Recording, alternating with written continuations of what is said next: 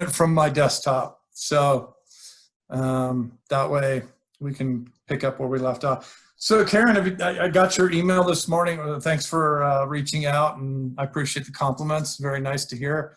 Any reflections or questions overnight or? Not really. I haven't had a chance. I would like to before getting a reverb.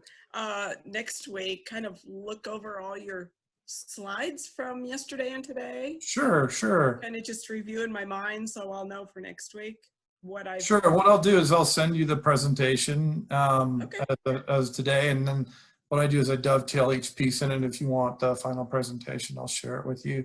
It's no problem. Okay. Again, this is a conversation, like I said, so if somebody joins us, they'll have to catch up, but don't hesitate to ask questions, share your own reflective material, your own experiences and so forth. So it's 1:35. I'm going to go ahead and start. And as we talked about yesterday, the second half of this, or the second installment of 3, we're going to talk about the tenets of interpretation today, the authoritative voice of museums, and what that means for us as institutions, and how that, sort of both shapes the visitor experience as well as upholds our own ability to, tell meaningful stories and capture audience interest. And then the cultivation of staff. And when I say staff, I try to I still get it stuck in my mouth this way, staff and volunteers. Anyone who works for you in this capacity really is staff, because it takes a high level of dedication to really carry forward the living history mission. It's pretty weighty. We're going to see a lot of Connor Prairie's, because their methodology is very public on how things are done.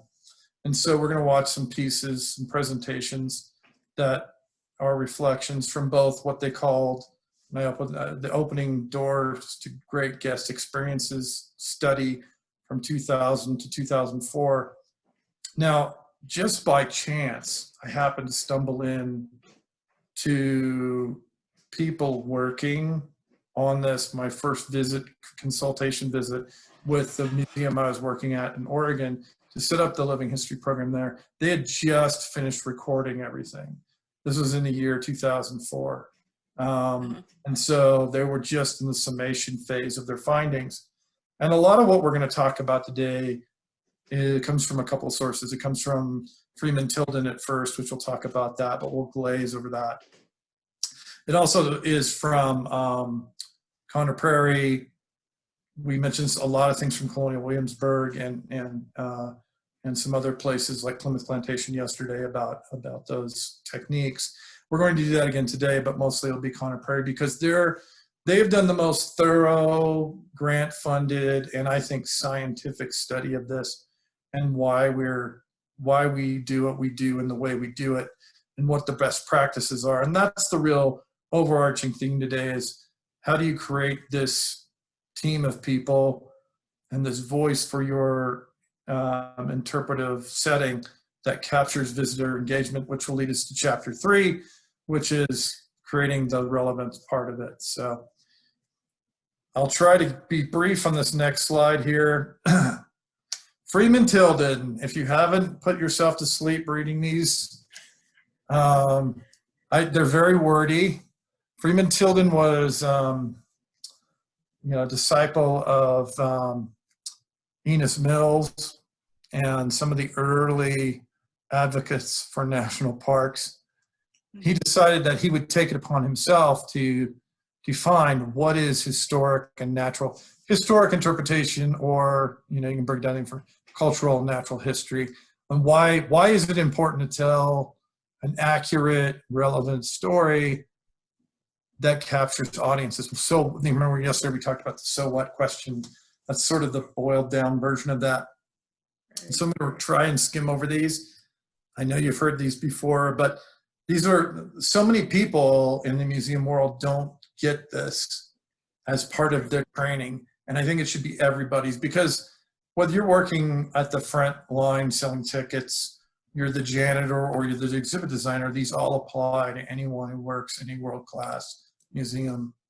And so any interpretation that does not somehow relate what is being displayed or described as something within the personality or experience of the visitor will be sterile. That in and of itself is the definition of museum relevance. In other words, you know, and this is where this is like a great example of this would be those universals we talked about yesterday, excuse me. Universals we talked about yesterday, where by the very being of humanity, the definitions of that being, those commonplace experiences that all human beings experience emotionally, physically, ideologically, and through the environment, are so key to making us understand about our natural and cultural heritage.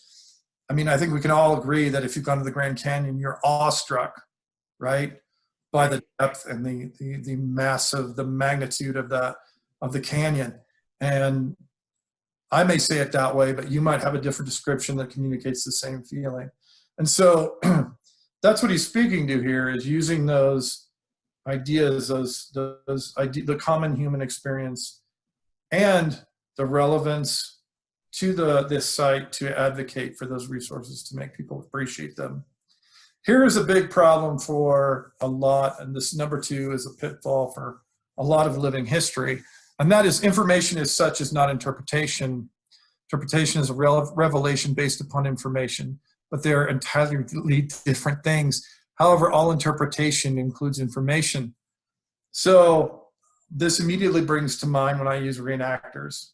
I usually don't have a lot of time, as I'd like, to train reenactors about this, but if you're going to do a signature event and use historical reenactors, this is the one thing I hone in on with them, because they love to cite chapter and verse dates of battles and significant events. Well, that's all well and good, but really our job is to give meaning to those dates. And that's really hard for some people to understand. They think it's the same idea that most people, well, I was bored in history class in junior college because it was just a bunch of name and dates.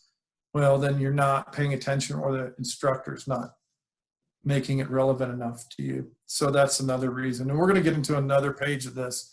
So interpretation is an art, okay, which combines many arts, whether the materials presented are scientific, historical, or architectural. Any art is some degree teachable, and that's why we're here. Definitely, this is why there's so few books on how to do living history, and so few books about how to concisely do effective interpretation. The chief aim of interpretation is not instruction, but provocation. And we'll get into that a little later. I'll say that, you know, if you're having effective living history conversations or interactions, you'll elicit emotions. To me, if somebody gets really happy or surprised or even shocked, you've done your job. Because what part of that provocation is memory, part of it is excitement, it's emotion, and that will always be with that person. And so, case in point, my own earliest living history memory is my parents and I would get into the car every August or September or July, late July of every year, leave our little house in California as the only child, so I had the back seat of the Oldsmobile to myself, go across the desert and go explore the desert southwest and go to places like Mesa Verde, or you can come to Denver and Buffalo Bill, and we went to all over the place.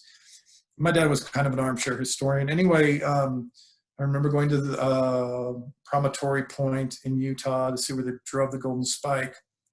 And this guy had a tent city, you know, to build the railroad. And this guy had a saloon. They had an interpreter in a tent city saloon. And he gave me, I got to take my picture with this hat on, holding a cigar that he gave me and a bottle of whiskey. And I was about 12 years old. And he let me keep the cigar. And it wasn't until about 2010 that cigar finally dissolved and lost its life. But that it really influenced how I looked at history. And I knew at that moment, you know, that's the important thing. That's a powerful thing of what we do, and why provocation, you know, hooking that visitor is very important. So this is probably the hardest one to interpret. Interpretation should aim to present a whole rather than a part, and must address itself to the whole man rather than any phase. So the short version of this is what I kind of was getting at yesterday, which is you have to always relate back to the larger story, and that's for both people and the information.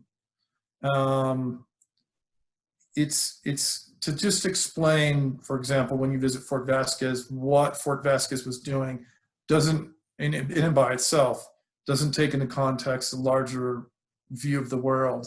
And this is where we get into trouble with abridged history, with parroting history. And so also too, you can't, and we're going to say this again in the next paragraph, you can't treat adults, children, even people of different genders and ethnicities all the same. You have to be actively listening and wanting to engage people on their own terms. So that brings us to interpretation addressed to children, say up to the age 12. I would even say beyond that, there's different cognitive, and that's why that book, Past into Present, is so good. Should not be a dilution of the presentation to adults, but should follow fundamentally different approaches. To be at its best, it will require a separate program. And I totally agree with that. The other thing I would say is, while it's a separate program, as museum educators think, well, we're just going to tailor this to kids and kids will be the people doing it. I always make space, and we'll talk about this in a minute, why it's so important, that the parents can come along for the ride. And physically change my attitude when children are involved, which we'll talk about in a minute. So that was written in the I think he came up with in the 30s and it published in the late 40s and 50s. And it sort of was the walking directives for all living history interpreters prior to that time. And for a while after, until about the 70s. And then people started it's not a complete list. You're talking about 6 bullet points that you're supposed to base all that on. Well, in the 80s and 90s, there were a group of newer interpretive museum studies people named Cable and Beck. They've written several books. And let me pull up the correct screen here to do this. But I'm sharing with you the 15 interpretation principles for this. And this is pretty thorough and expounds on the 6. So let's do that. So this is Cable and Beck, and I don't know if I can advance this or not. I might have to jump in and out and change pages. Sure. But this is the simplification of Freeman Tilden. I think if you've read the whole book, his tenets of interpretation, it's really, really kind of like reading Walt Whitman. It's or Henry David Thoreau. I mean, it's great, but at the same time, it's so prose. The prose are so heavy that you have to go back and read a lot. So this is what they boiled it down to, and this is 1 through, probably get through 1 through 9, and I'll have to go advance the slide. To spark interest, interpreters must relate the subject to the lives of visitors. And that's exactly what we're talking about in this whole series. It's to talk about the Civil War, but so what? Answer the so what question. And the so what question is, why do I want to know this? It could be very simple. It could be very complex depending on the visitor. But we're going to shift from this idea that interpreters do a lot of talking to interpreters actually do a lot of listening and then thoughtful reaction. And that's really the job. The purpose of interpretation goes beyond providing information to reveal deeper meaning and truth. Okay. Lately, if you're paying attention to what we talked about socially specific things, truth is up in the air at the moment because it depends on your point of view. So part of what I would say is you need to be very conscious of that. And so interpretive presentations as a work of art should be designed as a story that informs, entertains, and enlightens. This one's really pretty dangerous. because, you know, as much as information is important, we want to get the history right. You can easily fall in the pitfall of parroting history. So when I say entertains and enlightens, it should be, I would replace the word entertains, that captivates people. It grabs their interest. That's kind of another way I used to say it was interpretainment. And you know, we kind of talk about it being that way, excuse me. But it can be very fun, and it should be. I mean, some of the best programs I've seen have dance or music or, you know, games or, you know, contests. But you got to be careful not to parody you know, what you're trying to convey. Right. The purpose of interpretive story is to inspire and provoke people to broaden their horizons. So that can be very true with the theater aspect of things. Create interest. And so we'll circle back to this, because this is what the interest is often what garners you. What you're really trying to do, if I had to diagram the whole relevance thing, is set up community interest to keep returning to your museum and to keep wanting to be involved. And maybe a small portion volunteer for you. Maybe they give you money. Maybe they become members. Maybe they donate resources. But it becomes this circle, this cycle. Right. Any questions so far? No, it's all makes perfect sense. Okay. Some of what I've heard, and some I try to hit that I have hit more than others as far as worked on. So, and it's impossible to do all of them at once, but true. This is sort of the qualitative view of what makes, I mean, obviously depends on the cognitive level, who you're talking to, your audience's interests. So number 5 would be interpretation should present a complete theme or thesis and address the whole person. Paraphrasing, the whole person is really I look at those universal feelings, anything that commonly is an experience. Here we go again, interpretation for teenagers, children, and seniors. Yeah. Comprise uniform groups should follow fundamentally different approaches. And I'm glad that they put seniors in there. I am too. And as we see that a lot. Types of people we run into, lifelong learners / the expert. These are archetypes of visitors. Oftentimes want to be heard and not just talked to. Every place has a history. Interpreters can bring the past alive to make the present more enjoyable and the future more meaningful. So this speaks directly to site-specific history, as well as those things that we do, like crafts and trades and skills, or what have you, the gimmicks, if you will, the fun part that make people enchanted with interpretation. Here's a really important one, and one that's not getting enough sort of entertainment in the larger discussion, and that's high technology can reveal the world in exciting new ways. However, incorporating this technology into interpretive programs must be done with foresight and care. And I agree. I've actually had programs with a sort of like with animals, especially, where people try to get pictures with them.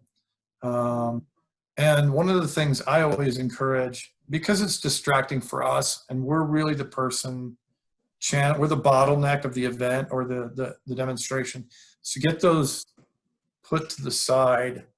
I mean, when you want to take pictures at the end, I'll stand all day with you. But while I'm trying to work, you know, I always kind of develop a concise technology policy for your programming.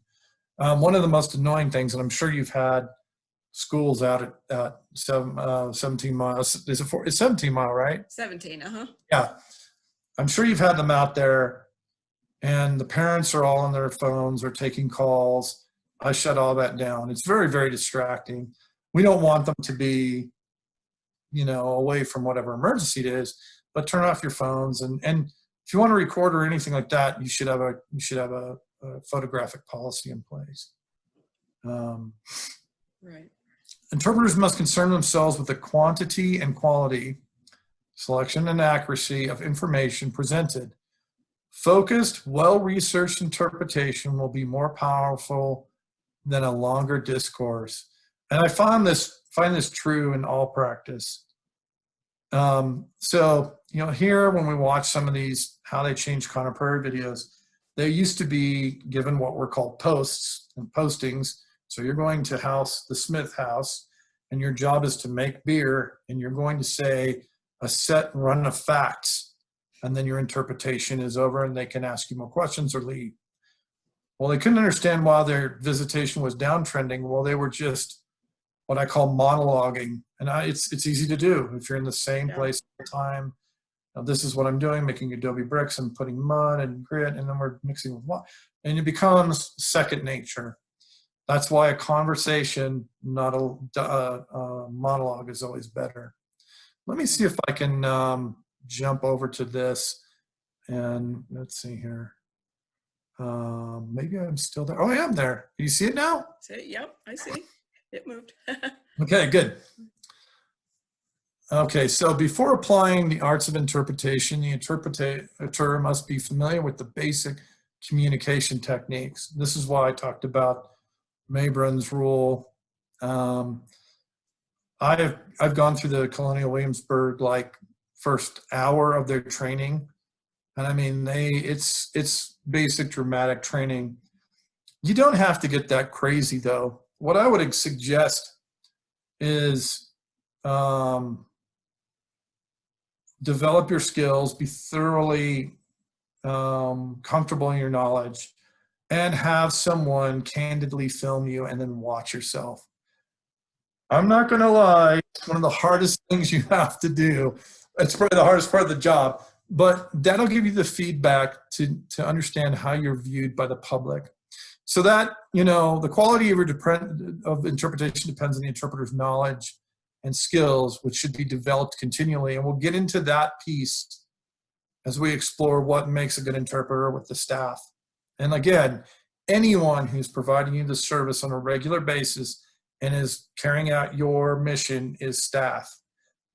Even volunteers for the day, like a reenactment group, they're held accountable to staff levels. And so even if you're not going to meet that group of reenactors, give them some sort of information prior so they know what the expectations and the conduct are because I've had some reenactors show up and say some zinger things. So we'll get that next time.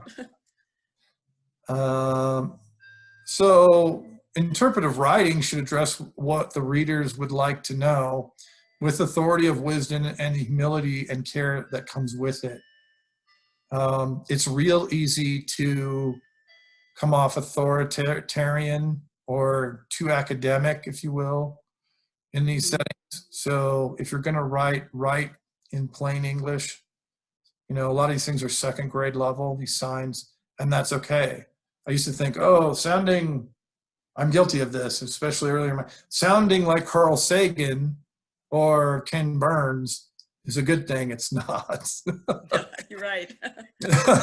Interpretation should instill in people the ability and the desire to sense the beauty in their surroundings, to provide spiritual uplift, and to encourage resource preservation.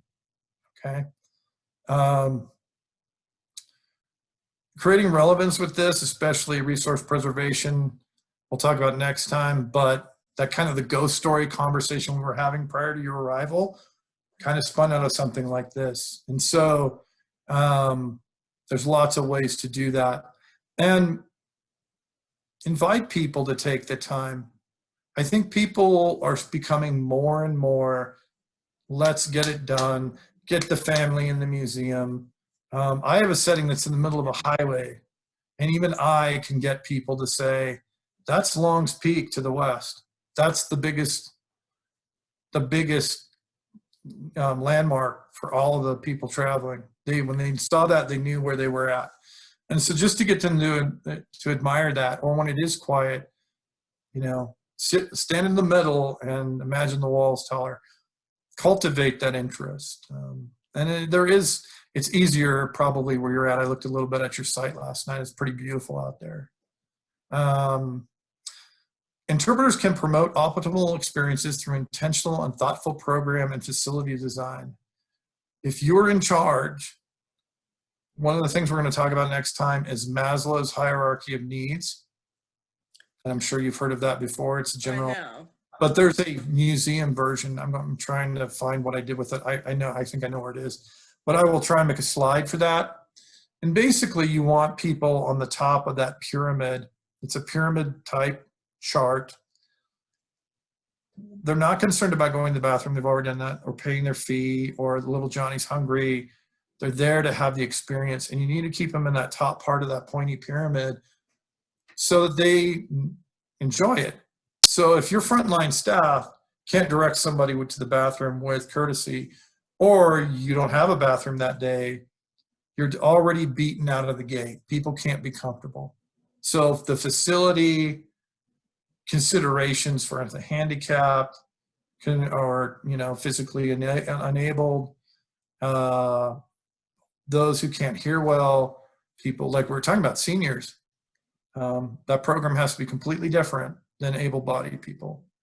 And then finally, probably the most intense and relevant is passion is the essential ingredients for powerful and effective interpretation. Passion for the resource and for those who people who come to be inspired by the same. So one of the things that I don't encourage anyone to do, so when I plan a programming day, I never plan it to when we close. I plan it to within 30 to 45 minutes of when we open and close. Because if the interpreters are tired from other activities, if they're hustling to get done, that's always a problem. Or if they just opened and they're not ready, that's always a problem.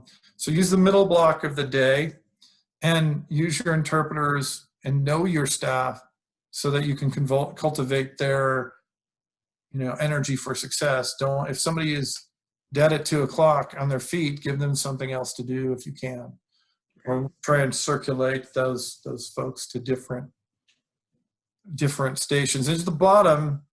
This is, you can see Ted Cable, Larry Beck, 1998, Interpretation for the 21st Century. It's a pretty good book. It's basically, I feel like some plain English versions of what we're going to talk about, although at that point, Conner Prairie hadn't done their study. And I'm not trying to sell tickets to Conner Prairie, but like I said earlier, they've really done the science behind this. So sounds like it. It's about those. Check that out. Yeah, it's a good book. It's a textbook, but it's a pretty good. They don't do a lot really too in depth on what living history is. I mean, they use a lot of very general terms, but that's an important part of what we do. So I'm going to show a video. I think I can do that. Let me get back to my screen. Let me see. So yeah, we're going to show a video about a program that, why does it keeps auto loading? Okay. I'm going to try and do this again. This is a little different than yesterday. You have to forgive me. So this is called, this is a Conner Prairie video. It's a piece about when it went into a 2010 through, I think they still do it occasionally, called Follow the North Star. And it's about the Underground Railroad. Their site was an Underground Railroad stop for escaped slaves. And so I'm trying to get this right here. Here we go. There we go. And so what we're going to see is both interpreter feedback, guest feedback, and I want you to listen to how profound this is. I don't want to give away, but I'd like to hear your reaction if you were a visitor to this. Let's see if we can do this. Here we go. Okay, come on. Where did my share screen thing go? There it goes. And let's go into here. I'm going to press play. We don't know where we are. We're on the run. Well, Follow the North Star gives people a chance to experience a little bit of what it would be like to be a fugitive on the Underground Railroad in Indiana in the 1830s. You get to spend some time out on our grounds through the historic buildings and the woods and the fields, meeting the good guys and the bad guys that if you were a fugitive in that time period, you would have encountered coming through the state. Down here and sell you, you don't look up in the eyes of no white man. You keep your eyes down all the time and you speak when you're spoken to. The experience can be scary. We do recommend it for 12 and up. And you know, even at age 12, it sometimes depends on the child, whether they're ready for that. You need a master to take care of yourself. You're like stupid little children. You can't do anything for yourself. You need a master. The benefits are, you know, hopefully everybody at least goes away learning a little bit more of the history of our state and the history of the Underground Railroad. But I think what people get out of it depends on kind of what they bring to it. I see people learning all kinds of lessons and thinking about all kinds of things as they walk away from this program. Some people are more empathetic about that side of history. Some people walk away in tears because they say, you know, I knew it was bad, but I didn't know it was this bad. And we're mild compared to what slavery was really like and what fugitives might have really encountered. But it wakes people up to that reality. It was quite a shock at the very beginning because there was a group of probably 7 to 10 slave sellers, I guess, and they lined us up using racial and gender slurs into, you know, groups of the men and the women, and we're basically questioning all of us, well, yelling at us and questioning us about what our, you know, strengths were, what we could do, whether we would work in the fields or the kitchens or stuff like that. And you really had no idea what to answer because you can't use anything based on our life right now, especially as a woman. I didn't really know what to say. I asked you a question. I asked you what your master's name is. Now you tell me what your master's name is. Mr. Taylor. Is he here with you? I don't see him here. We developed the program here, but based it on ideas of programs in other places. But we also wanted the program here to be solidly based on Indiana history. And so we did a lot of research to find out what was going on in Indiana in the 1830s. We stuck with the 1830s partly because with Conner Prairie and Prairie Town, which is set in the 1830s, we knew that history. We had the clothing. The buildings were set up for the 1830s. But also in doing the research, we realized that the Underground Railroad was happening in Indiana in the 1830s, even though the term Underground Railroad doesn't show up until the 1840s. But the phenomenon itself was going on, and a lot of people didn't realize that it was something that went on that early, so it was another chance to tell part of that history. Save every single penny you can get your hands on. We went up there two years we've been up there now. And all that time I've been thinking about my wife, Eddie, and my son, Henry. Boys, you better not disobey me. All right? Yes, sir. You don't want to cross a guy like me. Yes, sir. Do you understand that? Yes, sir. All right? I am worse than the devil himself. Do you understand that? Yes, sir. I would definitely recommend doing Follow the North Star. It was not only an educational experience, but also an emotional experience. It made me understand the whole concept of slavery a lot better than I'd ever understood it before. And, you know, the emotional roller coaster that was that hour would have been nothing compared to the years that people had to endure in slavery. You are safe in our home. You may lift your heads. So there you go. See if I'm going to shut this one down. So we'll come back to this in a second.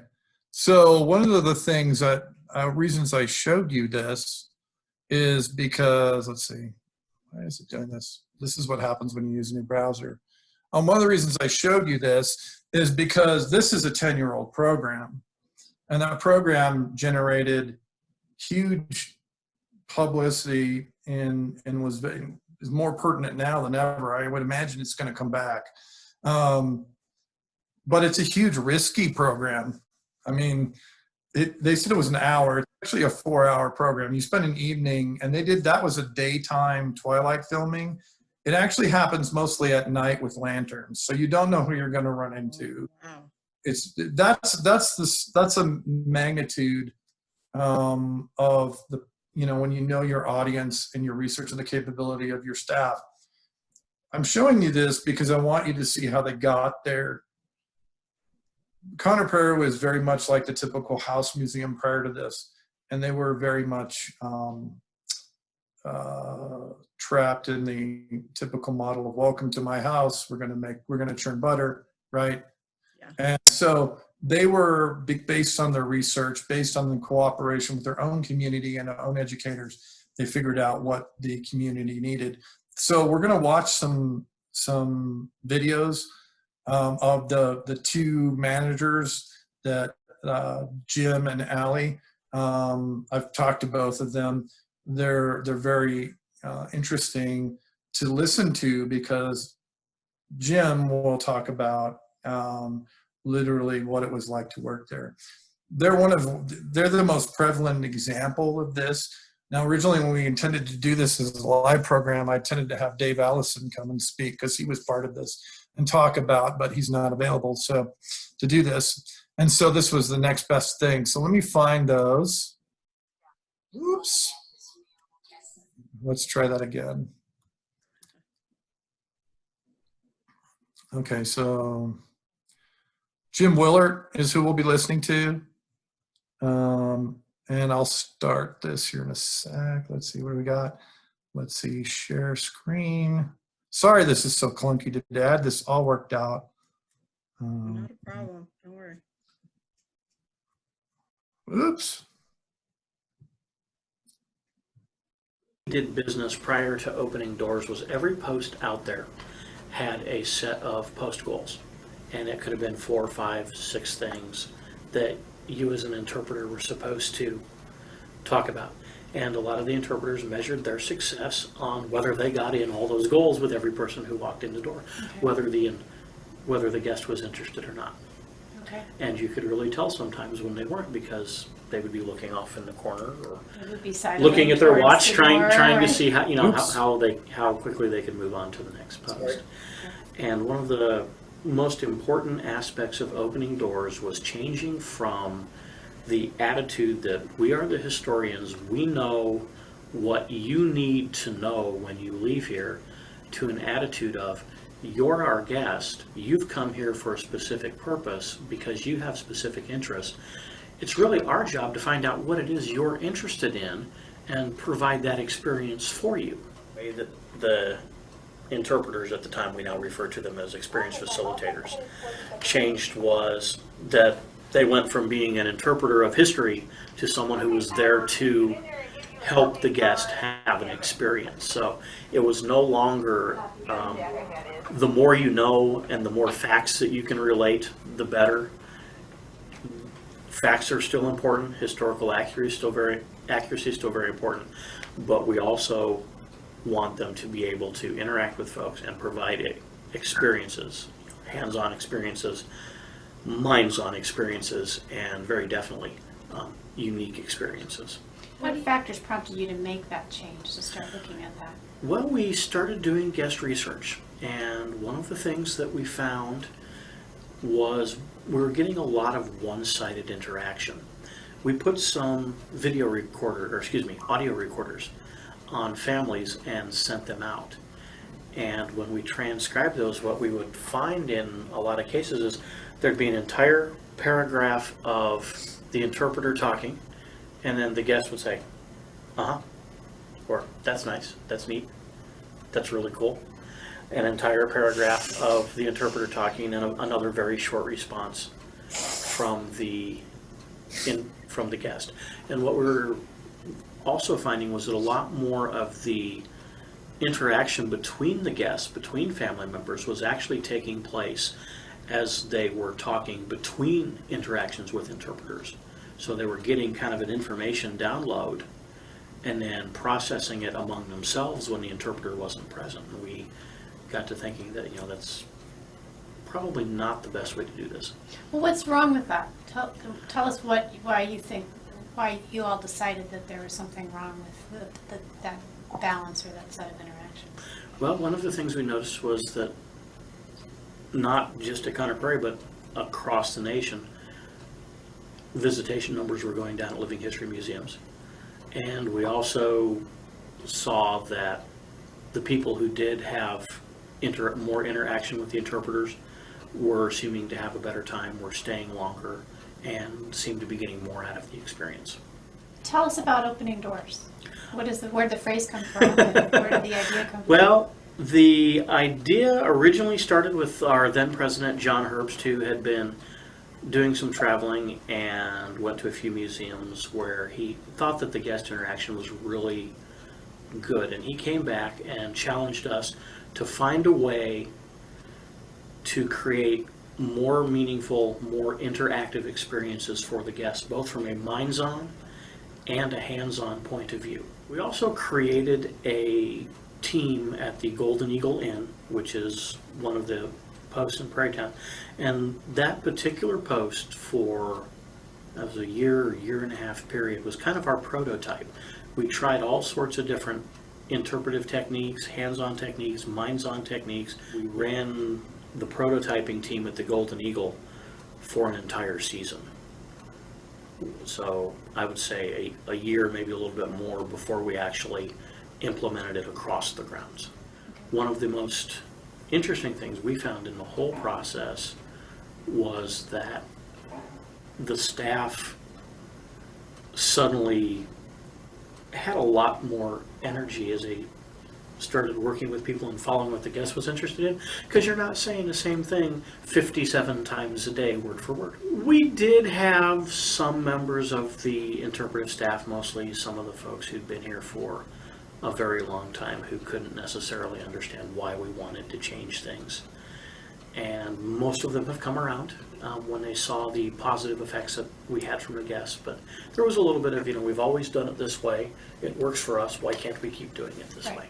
Rolled this out in a series of meetings, what we planned to do and what we were asking them to do, and brought in 5 large file boxes of the guest research we'd done, and basically made it available for any member of the staff to look at, to see what our guests were saying about us.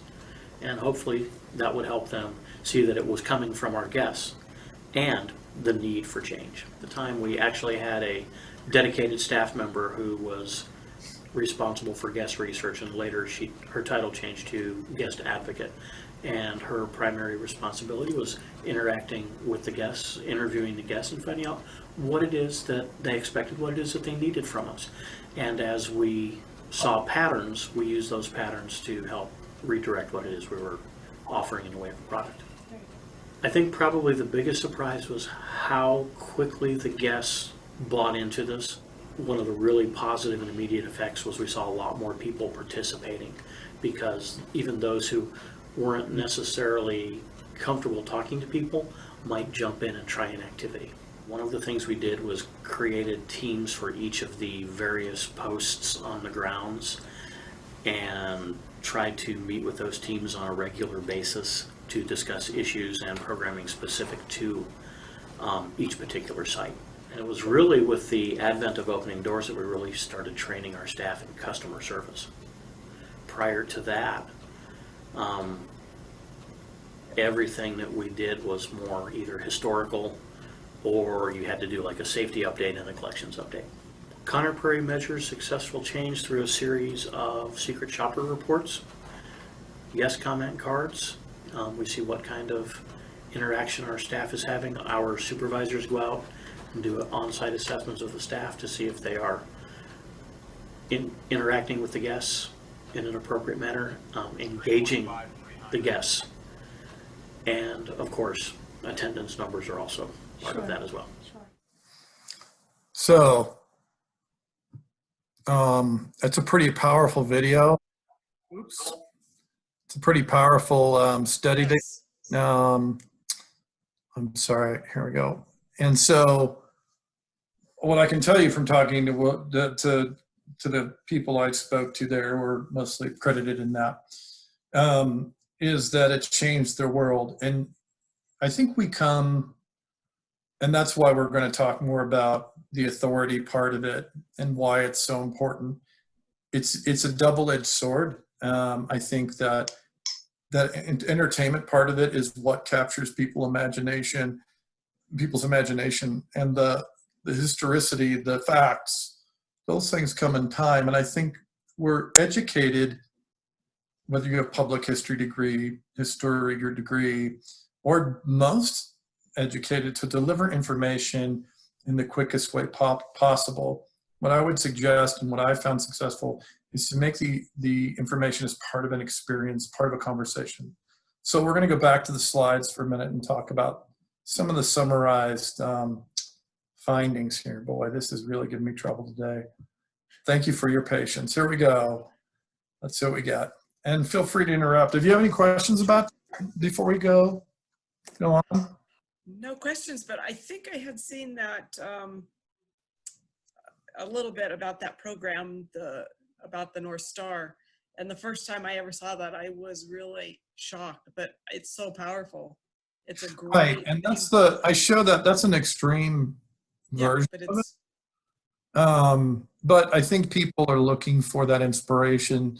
Obviously, you wouldn't, do something like that unless you had really, really good support. It takes a lot of talent and a lot of effort to pull that off. And I mean, obviously, it probably made some. So there's two schools of thought. When I went to started being trained in interpretation 20 some odd years ago, provocation, with that provocation line from Freedom Tillman, that's like, any reaction is a good reaction. Well, if you alienate people, what have they learned? And there's a fine line, a very fine line there, because obviously you could do this program probably very well received now, but some people might have a very mixed reaction to that, and you have to gauge that. You have to inform people. You have to prepare them properly. Probably one of the worst things is like, oh, just come see this nifty event that we do about slavery. And if you were unprepared to know what you were getting yourself in, it could be catastrophic, right, for your business. Absolutely, right. And that's where the authority situation and the responsibility of authority comes in. So this is a chart that's about 2 months old. It was a national awareness and a usage study done by Colleen Dillon Schneider, who runs a blog called Know Your Own Bone. It's for museum people. I follow her on Facebook. Her firm did polled over 150,000 people were polled. And this is the way it shook out. Now, I didn't put in the COVID-19. This is prior to COVID-19, so this is 2018. Now, if you look simply at the bar, at the bottom, you used to have aquariums, art museums, history museums, science centers, museums, children's museums, zoos. I can't remember what NGO stands for, state agencies, federal agencies, daily newspaper. And these are all their credibility measured on what the people think of our institutions, our public institutions. And if you go to the History Museum, anything over 64% in their study was valued as favorable, that the most of the population with certainty thinks of us in our realm as being authoritative for information. And that's very powerful. It even went up more after last month. It's gone up slightly more because of the pandemic, because museums have responded. But almost across the board, the museum, aquarium, zoo world is looked at as being authoritative, with the zoo world being the highest. And this is important because the messages, the kinds of experiences, that you build for your museum carry a lot of weight. And so, again, people are in a hurry to do these kinds of programs. It really takes the right amount of research and preparation to do a good job at doing living history and creating relevance. And this is why just having a living history event without vetting volunteers, without using best practices is dangerous. And it's not for every site. Just because you have a historic site doesn't mean you necessarily should do a living history program without some research. If you don't have a way of getting volunteer feedback, whether it's putting, a suggestion card box, a way of people directing them, like I direct people directly to Facebook. And I want to start doing directly to TripAdvisor. One summer I had a fantastic volunteer in 2018, or actually became a staff member. I hired the guy to do most of the he made our reputation. He put us back on the map because of his passion, because of his dedication to detail. And, he was a summer person, he moved on, and that's great for him. And now we build on that reputation. But that's what I'm saying. If you don't, really steer your staff, and that's what we're about to talk about, and build them in the ways they need to be built and nurtured, then you run the risk of having it look like we talked about yesterday, historical parody, historicity. This is why when people come in, they're like, well, how do I get the historic clothing? The historic clothing and the tools are only really the third or fourth place down the top 5 list of priorities for creating a good living history program. Yeah. If you want, I'll send you if you have Facebook, just type in Colleen Dillon Schneider and she'll come up. She has blonde hair and she's also very, very, there's something at least once a week, and she's constantly, her and her firm are evaluating how people interact with cultural institutions. That includes theater, by the way. So, best practices for living history. People are really the key to making living history work. Even if it's recorded, like if you record to be shown on high tech, like print out, even that, all of that has to be well thought out. And so what I'm really saying in a nutshell is this is not the endeavor for good living history, why places like Williamsburg, or why Fort Vasquez is being noticed, or why Nash Farm and places all around the country, Rockledge Ranch in Colorado Springs. It's not just come hang out with some people all-time clothing. They've really thought about their mission, what they intend to communicate, and they listen actively to their interpretive staff. They collaborate with them. It's not just, hey, go, you need to go give the tour. What are they hearing? What are they noticing? How are people reacting? And paying attention to the state of the visitors when they show in and when they leave, and what their feedback is. It's all very critical. So we're going to talk about that. So visitor motivations and the reasons they engage with you have been, not just with Conner Prairie, with many sites, have been sort of recognized to fall into sort of categories or archetypes, and we'll talk about some of this. And I'm sort of summarizing some of the opening doors as well as some of the other recent sort of techniques and recognitions of types and the way people react psychologically to this.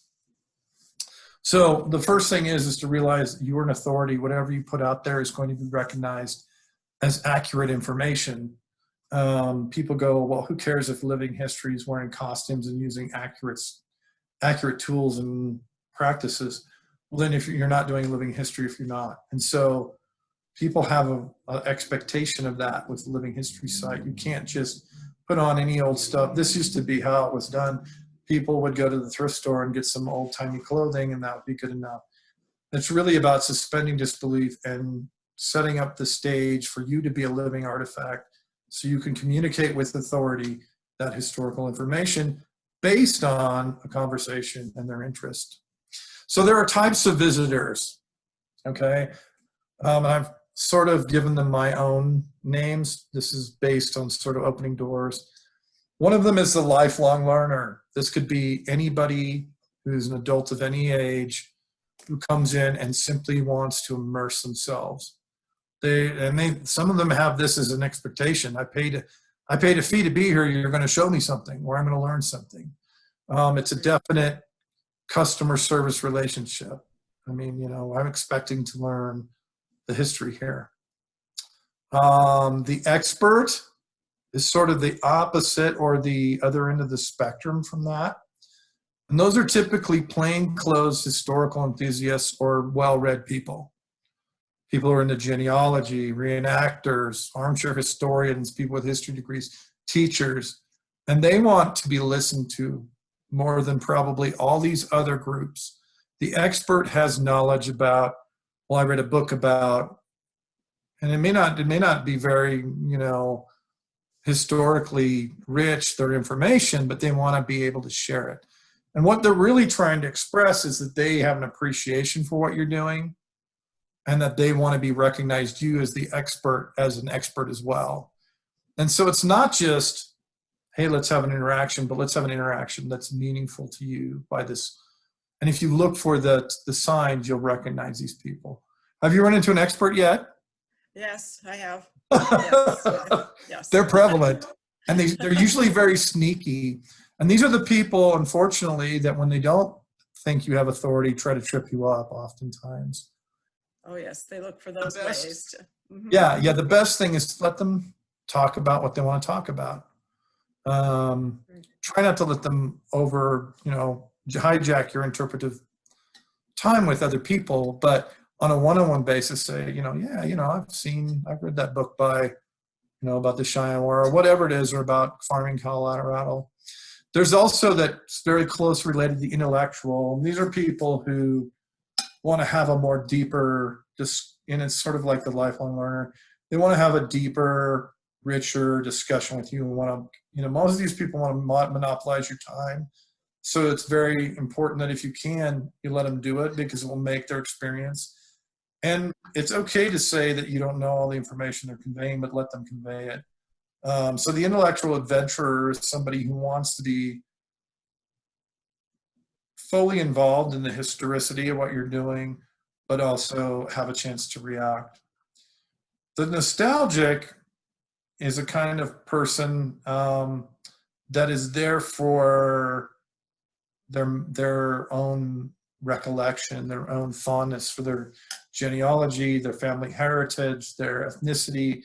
They may identify very heavily with what you're doing from something they experienced in their childhood or their memory of their grandparents or so forth.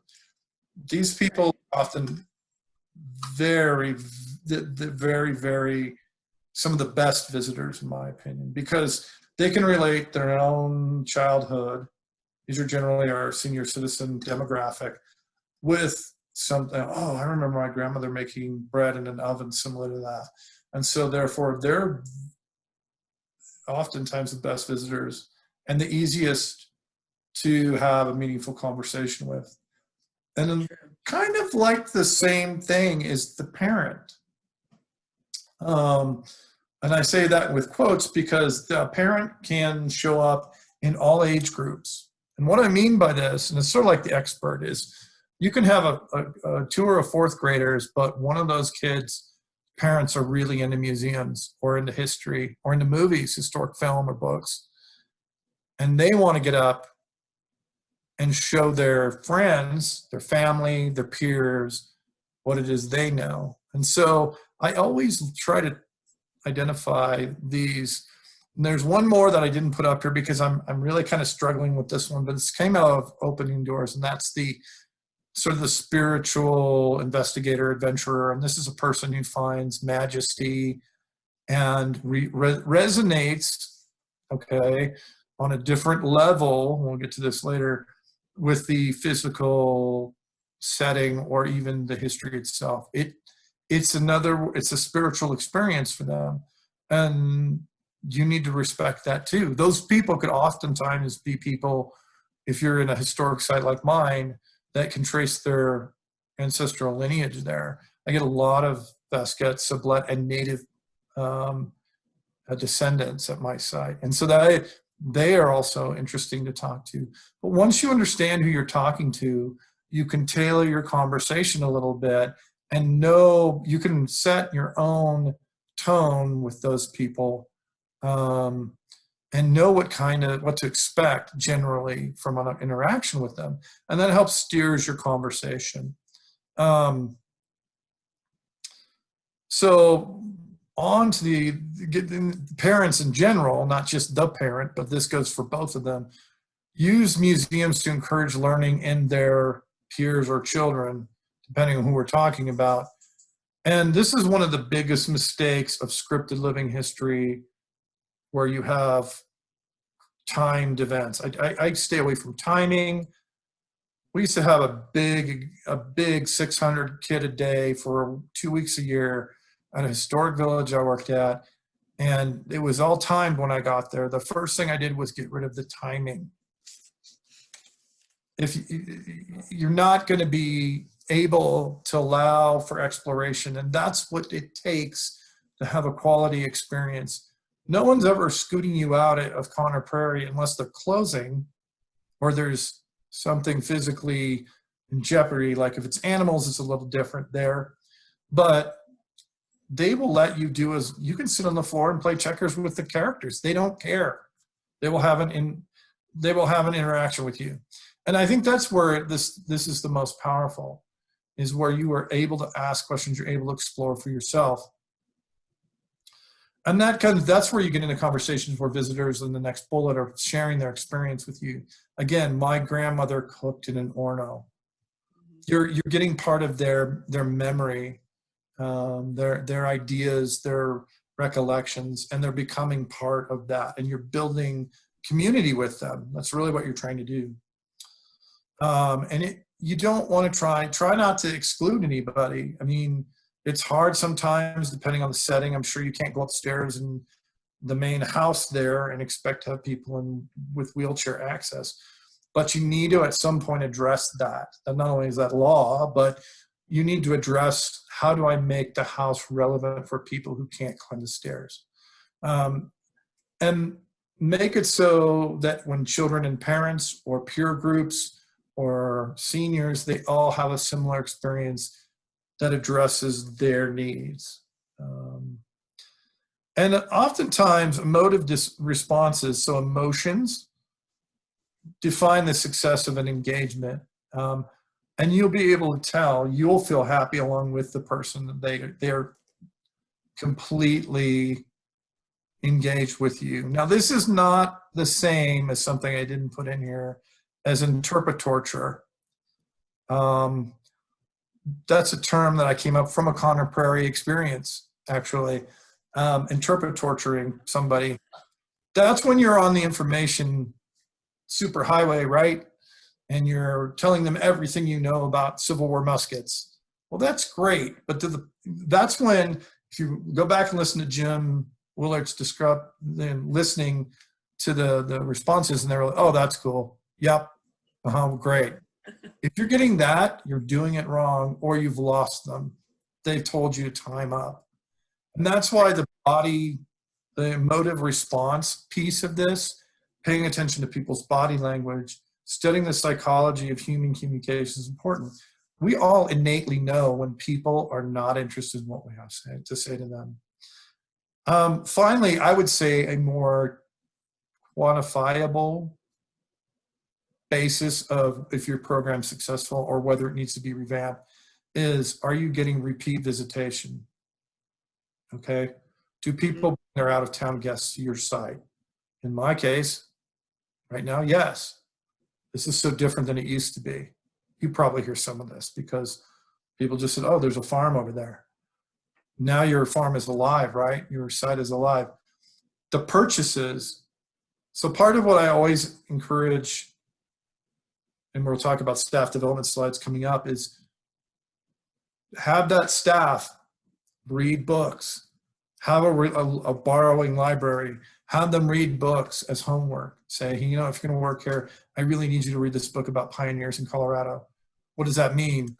So they can refer them to purchase specific books, specific merchandise in your gift shop or your if you have some sort of little retail setup, that will help create memory, and memory generates advocacy. So then you get donations and memberships and volunteerism out of them. And that's really what creates it, is that they think your museum experience is so valuable, they want to share it with everyone they know.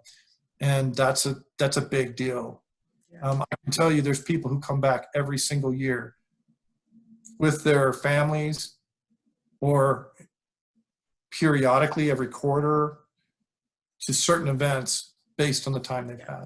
And that's because we've done our jobs well. So, next slide here. The case for children.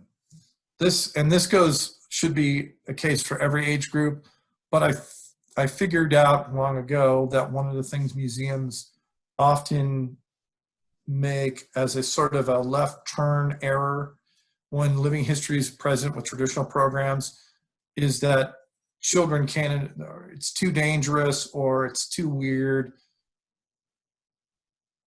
I think that's, every age group wants to share in this experience if it's done well. You shouldn't say, well, we only do classroom programs for kids and we do living history for adults. It should speak to those different groups. One of the most pivotal things I learned was to never, even though I've got a slide of me doing it here, try to be as intimate and get into the bubble, the space of children. They want to be close. They want to understand. They want to see things up close. They want to handle things. They want to engage all their senses. And always invite the parents or the teachers to join. Get rid of the fourth wall. Like I'm lecturing in this picture, but what I'm saying is they all got to handle a musket ball that day. They all got to handle a musket flint. They all get to hold the gun when it was empty. They all got to see me fire under supervision. We made the teachers do it. The parents do it because the kids think it's cool. Include everyone in the experience as a family or a tribe, whether they are or not. Because oftentimes, and we'll see a video next time, of Canadian parks workers talking about their experiences as children, and they're all living history interpreters with museums and what they did and didn't like about museums. But make it to have an aspect of historic play to it. You know, if you're making bread, I'm pulling, again, more examples. If you're making bread or making nails, or let them play at it. Don't expect, they're going to want to try and make that, but let them have fun doing it. This is one of the faults of living history, is oftentimes people become outcome driven. And this is something I'm against. It should be about the process as much as the outcome. In other words, if you have children and parents together making bread, sure, they're going to want to make bread and finish it. Maybe they don't have time. You shouldn't deny that experience. Let them engage in it so that they can go home and do it for themselves. Thus the recipes we talked about and the way of doing it. But make it just like it's a holiday open house every day at your museum. People, if whatever's on your menu that day of experiences, make sure that you can reach as many people and welcome them in as possible. And this is where the facts, this is that dangerous edge of authoritative versus and factual versus interpretation needs to get really balanced, because for children, you don't need to baffle them with what year it is. You don't need to tell them who the president is unless they ask. Concentrate the task at hand, and that will generate that interest. And when they come back, then you can hit them in other ways with that program. So, and allow the pros to, again, on their level. Don't need bread at I'm 6'5", my table height is 36 inches, not 30 like most people. So I don't even do that necessarily unless I'm down on my hands and knees, or I have an aspect of it where I'm sitting.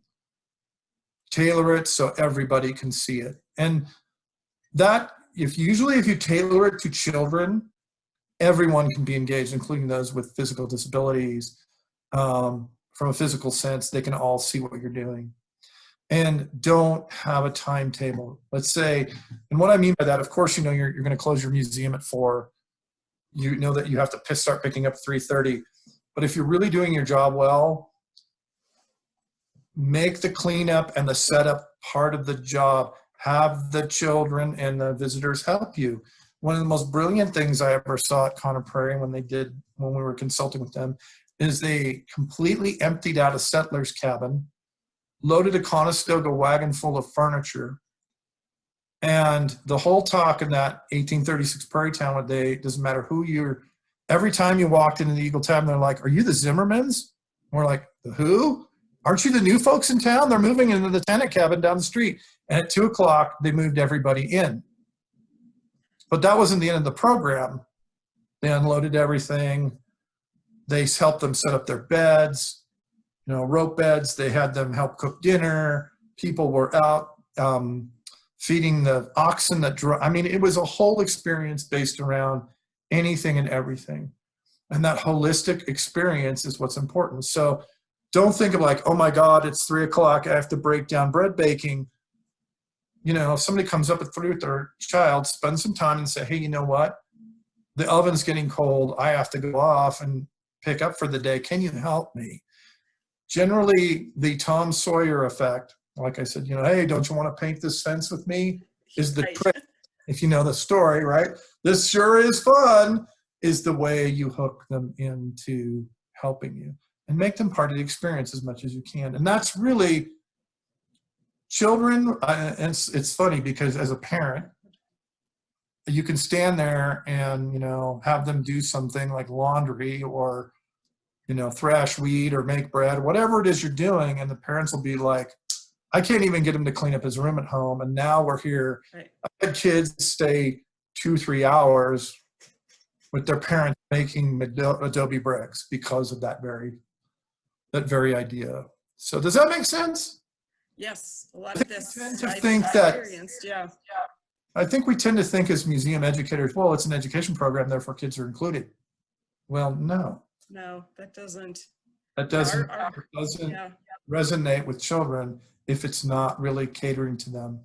I mean, include them in the program, but they're the target. Make them the target of that specific program.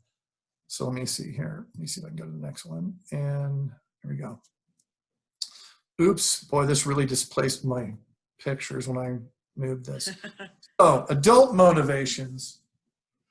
We talked about the archetypes and what they're about. This is a picture from Fort Vasquez from one of my main contract interpreters, Mitch Post. He was doing a fire making, and these people spent 2 hours with him making fire. He taught him every way, fire by friction, flint and steel, wow. you know, how, and the kinds of grasses and things and tinder they had to collect and the preparation. They all made fire 3 different ways. And it's one of our most successful programs. And and it's called Bushcraft from the Past. If you watch any of these TV shows about people surviving in nature, we actually cater it to the adults as bushcraft of the past, but as children as Survivor Man, because that's a TV show, 1830 for children, and they get to have their own version of that, make fire. We sit there and everybody does that. You might remember yesterday there was a picture of him in a TV with a Boy Scout. That's actually spends the time to do those things. So the lifelong learners, they're just desirous of knowledge. And again, we're going over this kind of again, I got ahead of myself, but connection to space, place. And then I think what's important is that they really need to be standalone programs. So you can't give the adult version to a child and expect to have the cognitive relationship. And that leads me to, let's see, I'm going to stop to a video here. Another Conner Prairie video, again, Bill, yes. Sounds like they're the premier, that they've really. They've done the most funded research, and this is from, this is probably going to be one of our last videos for the day. There's one more.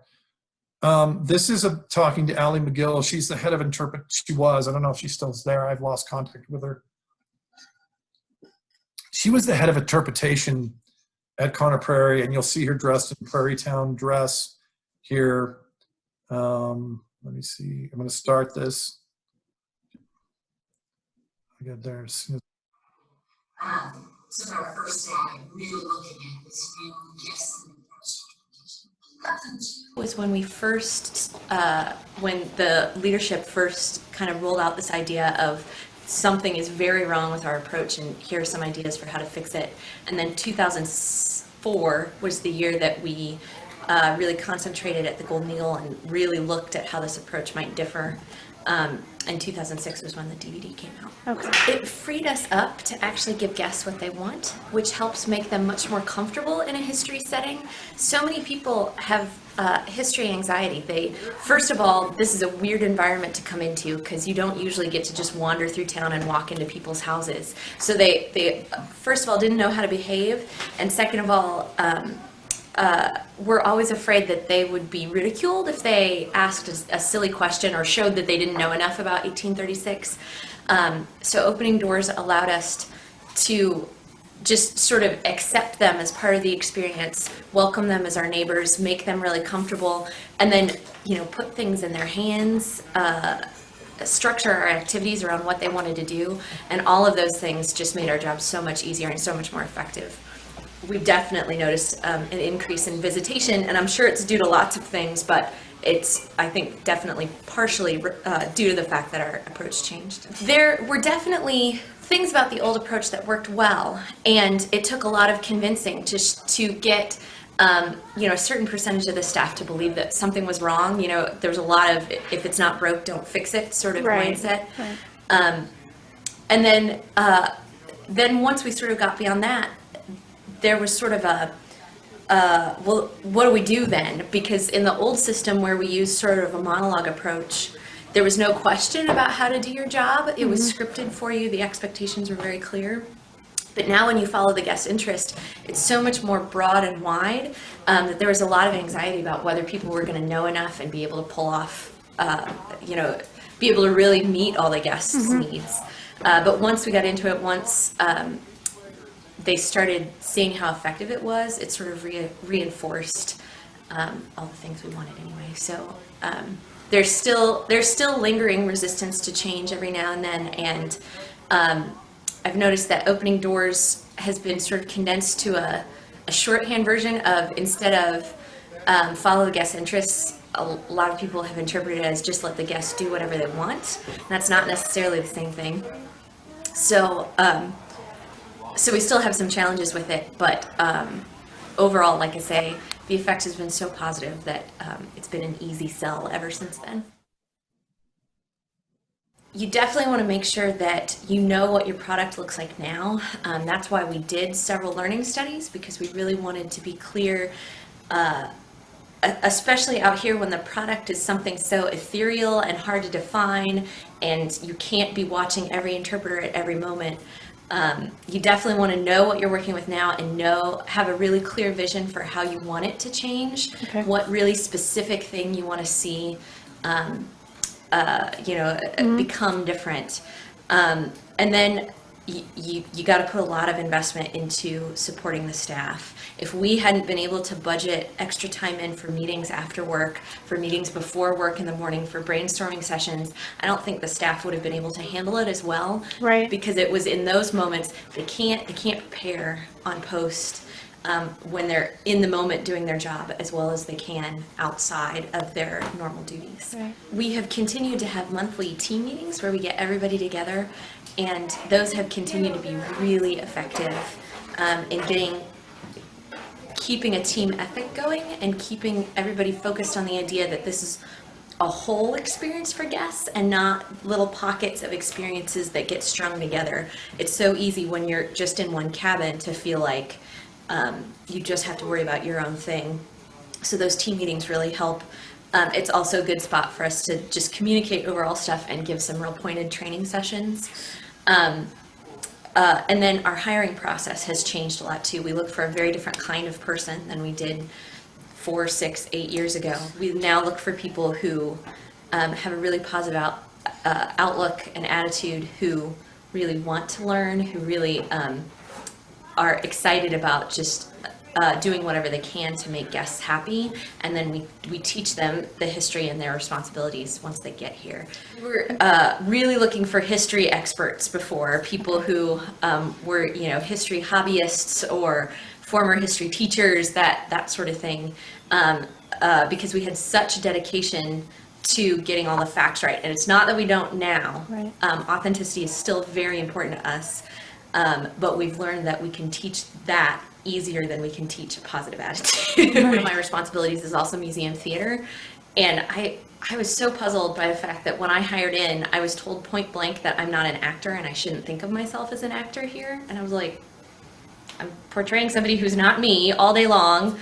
How's that not acting? And so now we've gotten much more lenient too about finding people with acting talent and trying to fit them into the right spots to pull that out. And kind of the next branch of opening doors that I've tried to undertake is putting people in roles that give them the opportunities to play to their strengths more. So those people who are great storytellers, we don't maybe expect them to do hands-on activities as often because we want them to get that storytelling experience out. People who are really, really great at getting a group to be hands-on with persimmons or whatever, they get put in different spots. So that's been really nice. You can go ahead and, if you want to move into your role, that's fine if somebody walks in. You guys having a good day? Yeah. Have you heard our big news here in this house? Young lady, have you ever been invited to a party before? Well, I definitely do a lot more planning than I used to when I'm in costume. I try to make sure at the beginning of the day that I have lots of hooks with me. So one thing I've planned to do, I have a basket with me, and as I go through town, I'm going to try to collect things as I go, because kids love looking in your basket and picking through it, and it's a great way to start a conversation. And what's a hook? Any of those opportunities that somebody's not going to be able to resist. So whether hooks can be verbal hooks of, I tried with a lady earlier to get her to ask about my family by just throwing out things about it's real crowded at home, you know, try to get a tidbit out. Or having objects with you. Objects are the easiest hooks because they're often really interesting. You know, guests want to touch them or find out what they are. And then, of course, interaction between people can be a hook. Sometimes your costume's a hook, all of those things. Right. So a couple of hooks that in this house, just to be, you just used a couple things. You used the invitation, the party. And right now, the persimmon pudding that's on the table, any food that they're working with is always a hook. And I love food as a hook because it transcends age, gender, culture. Everybody eats. Right. And then in this house in particular, I try to think about what sets the house apart, what makes it, and the fact that there's a party here every day. Don't tell everybody that it's every day, but it is. That makes this house different, and the parlor with all the painting makes it different, and helps give you a bridge to talk about the family's past and the culture they bring with them. Okay, so yeah, that's full of stuff, and I'm going to give you the link so you can go back and listen to it again. Awesome. Let's see, stop share. There we go. We'll go back into this. So where are we here? I got to go down the list here a little bit. So yeah, that's the hook thing is something that's pretty advanced. That's when I used to, and that's not just a Conner Prairie thing. I used to call them saves because people would be panicked that I was working with. In Oregon, I ran a 1880s homestead ranch program with a sawmill. And I had a lot of people who really were passionate to do this, but they were always worried about running out of what to say. So we would often arm them with a basket with items in it. So if you're a homesteader and we had a functioning garden and a functioning field and functioning horses, we gave you tools. Your task is to clean the animal holding, but here's the deal. Don't be in any hurry. And this is what I meant by outcome over process, or the journey to get there. This is a cleverly, like she said, there's a party every day. Don't tell anybody. Of course there's a party every day because it's your program, but at the same time, no one's in a hurry to get to that moment where we eat the cake. Matter of fact, Right. I've done the party program and you don't even expect the cake because you're too busy dancing, or you're too busy bowling or throwing hatchets with the Lenape Indians or whatever it is. But the process, this is one of the hardest things to teach, especially those, like they said, historic experts. They're so worried about making a tanned elk hide, they're blazing through the process to get it done. Mm-hmm. I don't care if it's done.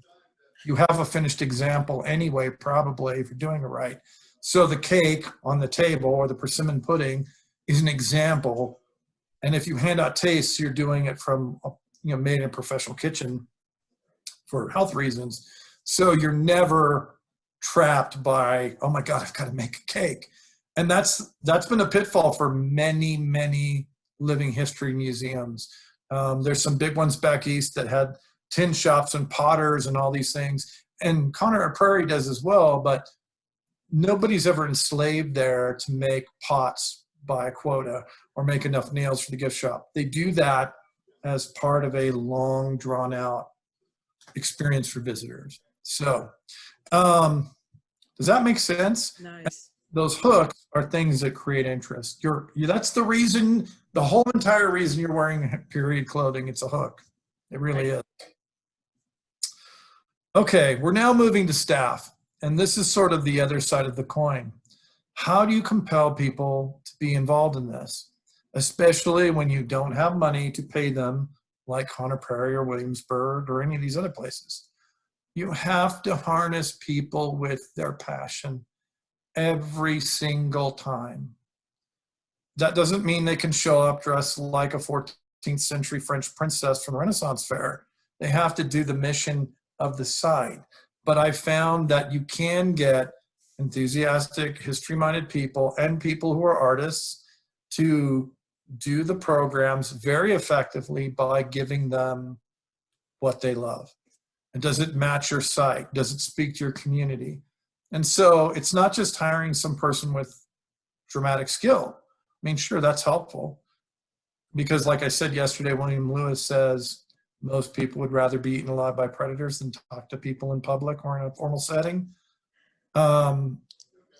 They have to want to really do it. That's the first thing. But you also have to have a firm mission and set of expectations and be willing to adjust those to meet your site's needs. Like, just because I have a living history site at Fort Vasquez, and that's one of our major programming components, doesn't mean it would work necessarily, and I'm just pulling something, another example, so it doesn't mean it would necessarily work well at Leadville. Maybe it would, I don't know, but it's definitely not going to be the same animal at Leadville as it is at Fort Vasquez. It's going to have its own character. And so you can't just send people up there to do it. It's definitely tailored to the limitations of your site. And sometimes those limitations are institutionally imposed, whether it's your collection, whether it's insurance, the number of people you can use, weather, but you have to be willing to make adjustments. And if the people aren't comfortable and they're not being addressed with their interest, they won't stay. I mean, that's exactly why I left the Adobe Brick Story in California. I was 102-degree heat going from sea level to 4,000 feet in an all-wool 1850 soldier uniform, stamping Adobe in a mud hole. Yeah, that was rough. Nobody did that for me then, and I left. And so I've always carried that with me. It's like, don't wear the fancy dress. Give them practical clothing, historical clothing.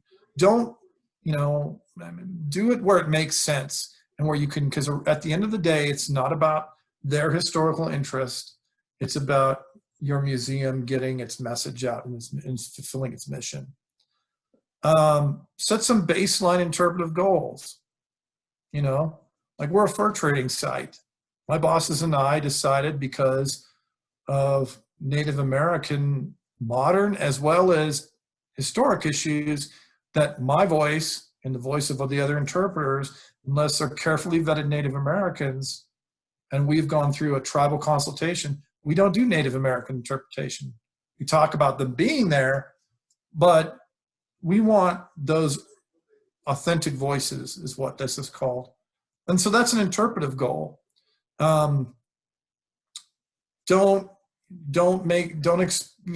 If you can't produce living history all day on a weekend, just do it at scheduled times and for infinite periods.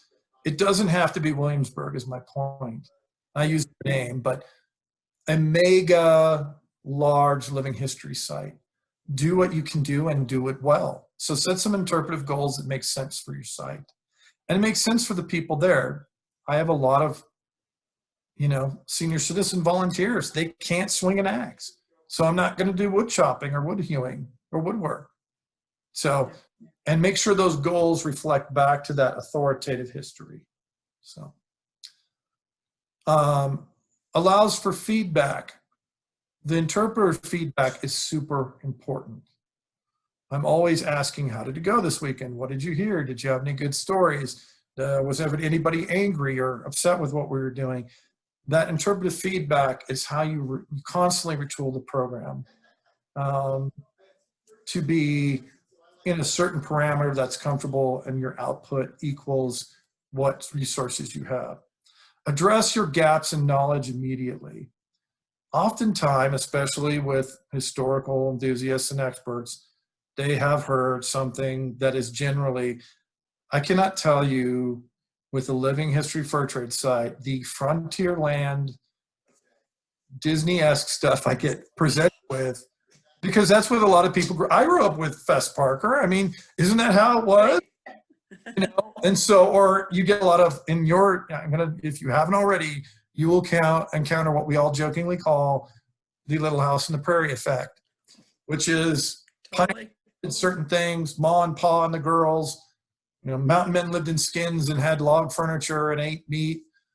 That's part of our job, but address those gaps in the knowledge and adjust your interpreters to tell the authoritative, authentic story. And oftentimes, this is what those people want. They want to be educated themselves and be more of the expert. Yeah. In your training, include visitor comments. I think it's good to sit around and have a staff meeting once a week during peak season and talk about both good and bad. Because I think those things are what really drive people, motivate people. To have a little kid send you a letter with a drawing of you as a mountain man standing next to him and you're both mountain men is a big deal. And I'm huge. Personal experience there. There was a boy, I'll never forget him. He was dressed in a Davy Crockett outfit that his mom made him, and he had a little musket. He came and visited me at a place I was working. I was the interpretive mountain man for that site. And I gave him a real trade bead that I had that was an example, part of my outfit. And he had one he made of clay, of Play-Doh, and we traded it. And I still have it in a file. Those will make and are huge morale boosters, as well as you need to address those concerns with your interpreters, that are, hey, somebody you ignored these people or they didn't feel. And most of the time, it's not on purpose. It's a circumstance that creates that. You might be overwhelmed. And that really goes up the chain too, to the directorship, the administrators of the museum. But answer all unaddressed questions. Maybe you'll start seeing a trend in your guest book or your visitor surveys is like, he didn't know how many of the years a beaver lived or why beaver teeth were, the way they are. Whatever it is for your site, always try to have a mechanism to re-educate your interpreters. And don't make it punitive. None of this should be punitive, even the complaints. because you don't, those people are providing such a critical service. Unless it's this person called me a jerk type complaint, where it seems like it was directed like willful, then, you know, but these are all chances to improve. And you always want to be striving to improve. Right. And that upholds your standard. One of the things I never, ever, ever allow is for, and it's great that somebody does this because it shows you they want to be involved. But I never have an open door policy, show up with a costume and interpret at my sites. This happens, this will happen to you more than once. Somebody wants to come experience the site, whatever they're wearing, it's a free country. They can wear, you know, I don't know, wear whatever clothes you want as long as they're decent in public. Right. But occasionally you'll get somebody, when you have a big event, show up as a mountain man who wants to participate, in my case, or as a pioneer. That's the moment, and I learned from a mentor in the National Park Service, where you invite them to come play, but you uphold your standards and you make them a volunteer. Try them out. See what they can do. Arm them with your interpretive mission. Have them be mentored by somebody and include them, because that's what they're asking to do. And oftentimes you'll have, why is my screen sharing paused? Can you see that? I see you. But do you see the slide we're talking about?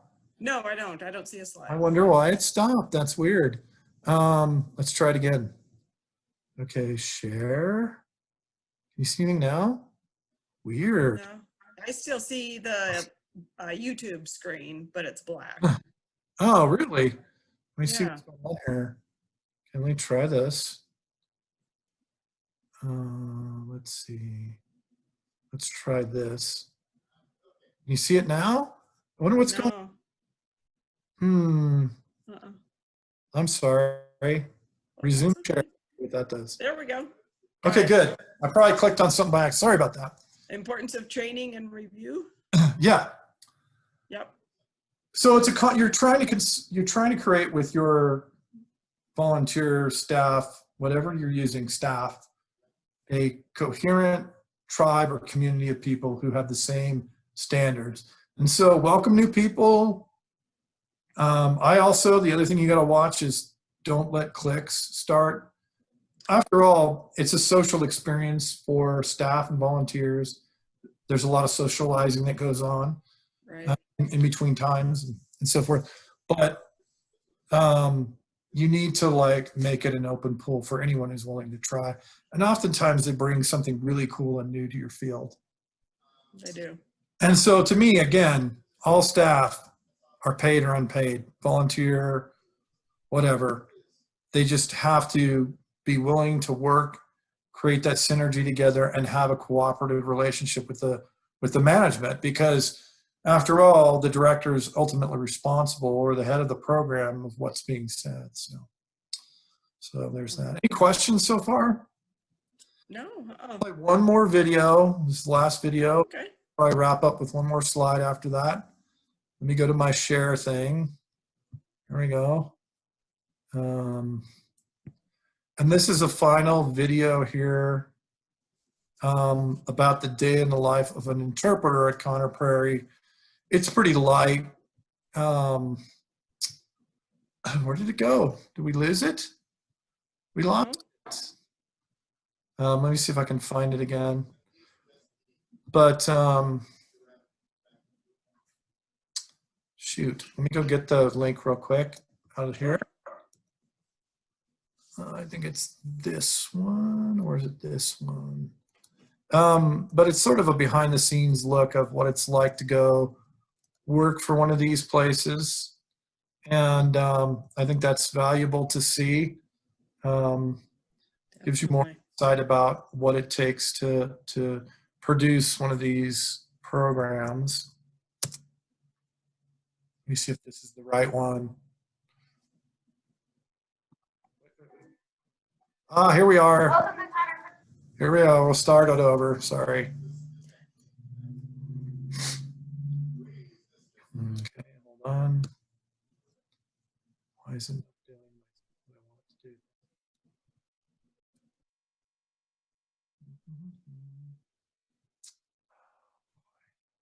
Talk about technical difficulties. Man. I lost my screen share dealie. Let's see.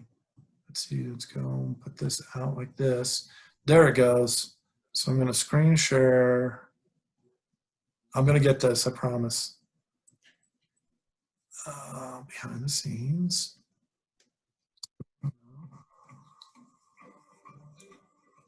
Welcome to Hunter Prairie.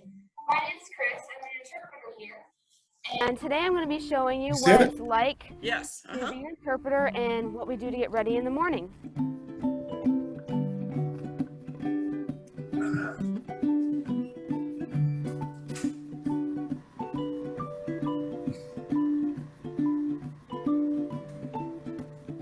So welcome to Historic Clothing. This is where we keep a lot of our costumes that we use here on the grounds.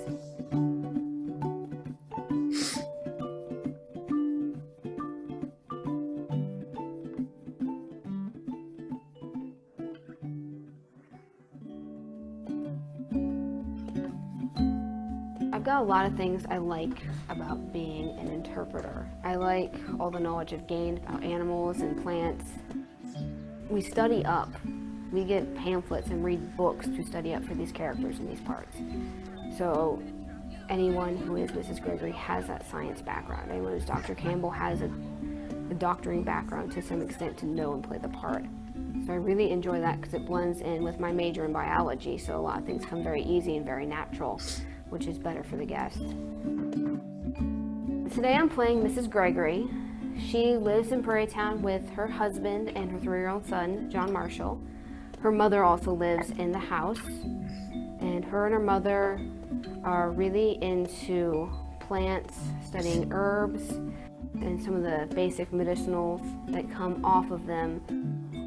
She likes a little more of the science behind it, as much that's appropriate for a woman of the time period.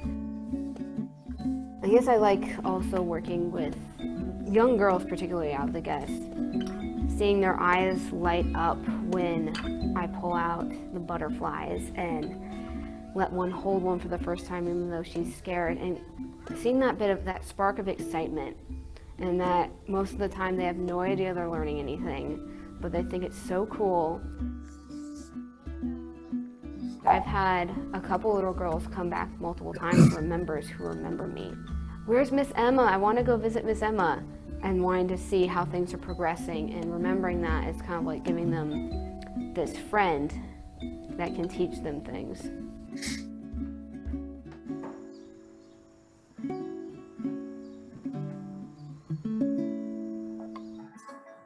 So that's a cool little video. That is. Because there's a lot she's saying there in 2 minutes and 47 seconds about her experience. They don't even know they're learning half the time or whatever. She said there's something like that. So that's when the mixture of the dedication. Obviously, you heard I was given a science job because I'm a biology major. You know, history doesn't have to be all about conflict and all that stuff. It's about daily life. And so that's what makes it really, really powerful. I'm going to try and share the final slide here and we'll wrap it up. Let's see, did that come up? No. Yes? Yeah, slide, yes. Yeah, you're looking at a slide? Okay, good. Yes. Okay, stop it there, Mr. Computer. Boy, they really messed up the settings to do this. Okay, so there's one more slide before this one. So staff motivation. This is a big thing, and it's a constant challenge because if you're not careful, people get bored and feel unappreciated. And really, the way I've seen it since the beginning is this interpretation, living history interpretation, is motivated by the people who want to do it and feel wanted. So one of the main ways that you can create good staff motivation and keep them motivated, synergy, is they're always welcome to present new ideas on how they interact and use the tools that they're given for whatever they're doing, as long as it's, you know, historically pliable in the historic time frame. The other one is specific and immediate recognition. Now, people will try and tip historical interpreters, and you give those to the donation box, or they take it in as donations or fees. But if you do get, one of my biggest gripes was the boss that always walks in, and there's some psychology behind this, and says, "Bill, you did a good job today." Really? But what exactly? Specific and immediate recognition. Like if a visitor comes up to me, I always go out and I sort of prowl around as the boss. I'm like, "So how you guys doing today? Where you come from? Did you guys go make bread?" "Oh yeah, we loved it. We're gonna go home and make the recipe. This is the best thing ever." Then I report that back to the interpreter. That's a big deal. A lot of people are into it for that teacher's gratification moment. Mm-hmm. And make that regular feedback, with the guest experience and the supervisors. And then give them a role and support for new initiatives and programs. We just built a forage cart. Now we're going to paint it.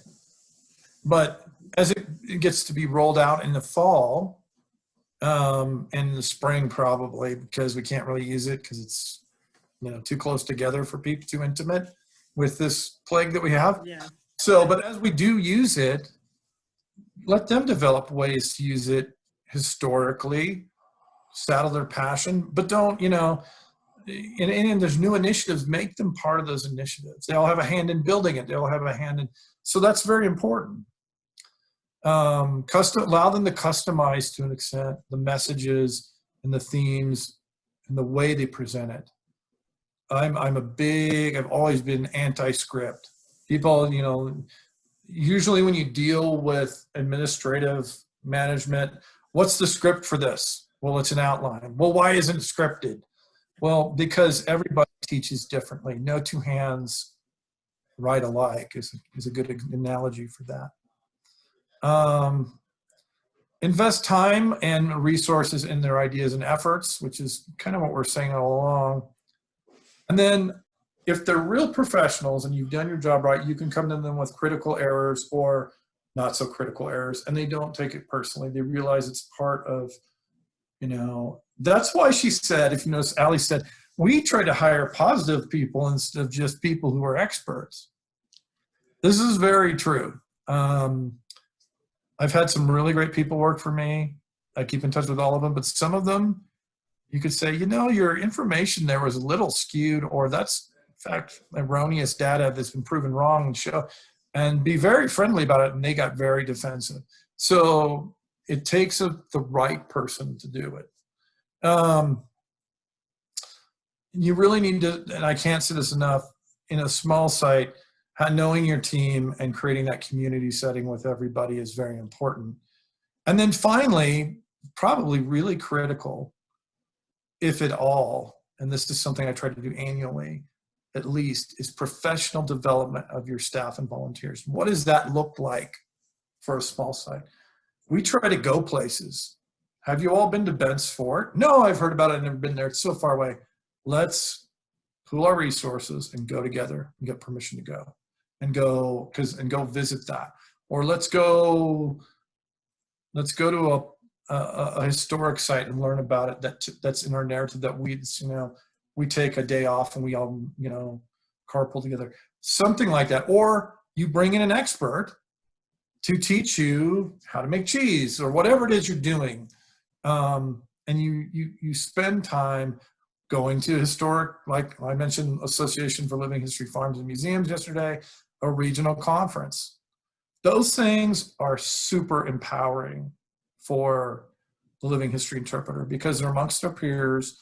We're in a historic setting where they can observe other professionals working and doing their jobs. And that's really, really, really powerful stuff and inspiring.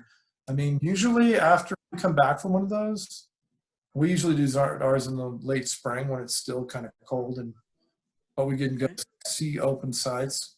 We're not taking away from work. Those always change the enthusiasm and impetus of everyone involved. We all come back and for weeks talk about learning about it. People spin off and get books and they read about it and become more thoroughly involved. And so in a professional sense, you send your people to these different sites to tour them or encourage them to do them on their off time. And and it's really pays huge dividends. It's almost an unspoken part of the job that people expect to do. So if you can go see Rockledge Ranch as a group, go see it. It's very inspiring. So staff are the key to really creating that relevance. And in part 3, when we look at it next week, we'll actually talk about real life examples of that I've been able to accomplish and how to keep and sort of reinvent that. And then how the community that you're in plays into that. And it doesn't necessarily mean that it's the community that your physical site resides in. It's like, what is your community? Do you have more than one community? Are there multiple communities that show up and disappear and come back? And how do you entice them? And that's what we're going to talk about next time. So did all that make sense today? I know we had some technical difficulties, but. Oh, that's fine. No, it makes sense. It's exciting. Things that I actually, can relate to, think about, either things I've learned or want to, or especially this, how to work with the people and get more people interested in the living history. Yeah, I mean, it's a careful balance between motivating. I mean, I know that especially when you're creating something out of thin air, people have their own perceptions of what you're doing too, and they oftentimes want to mold those. And if you're the person with the management authority, you need to define what it is you're doing and have some clear expectations. And then generally people thrive. Tell you what they want to do. So yeah, it's pretty exciting stuff to work on. I got to plug in my computer. Hold on. Any questions? No, I don't think so right now. Okay. Did you find it valuable? Very good information. And okay. I'll be thinking now, I'm really thinking a lot about our program, and it's so small. So I'm trying to figure out how can I jumpstart this and really get it going for myself, for the, for the volunteers, the staff. And the challenge is how do you scale down all these like large people that had the money to do the research to develop the best practices are these large mega sites. Right. Quite frankly, some of it may not work for your site. It's all up to you. But I mean, there's good information and a lot of war stories that formed and research that formed those opinions. So that's really why I present those Conner Prairie. And if you go Google Conner Prairie opening doors, you'll find that there's a lot of information. When I send you the links tomorrow morning, there are some links in there. There's links to the Georgia O'Keeffe Museum in Taos. And they have, I couldn't believe I found it, a synopsis of their actual, it's like a 5-6 page synopsis from a museum journal that talks about it in detail. So you get the full context. I'll share that with you. And then, like I said, any thoughts, questions, you're more than welcome to send them to me during class, after class. And it looks like next Wednesday, and we'll wrap it up. And I encourage you, if you have any questions beyond that, please contact me. It's I'm here to help. Thank you. So yeah.